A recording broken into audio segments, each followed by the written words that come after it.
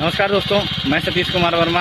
आज हम लोग 4 रो पैडी ट्रांसप्लांटर से यहाँ पर धान की रोपाई कर रहे हैं। ये देखिए, ये हमारी फील्ड है। हमने फील्ड को तैयार करके रखा हुआ है और हम लोग इसकी अब प्लांटिंग करेंगे। अभी ये देखिए, नर्सरी हम लोग यहाँ डाल रहे हैं।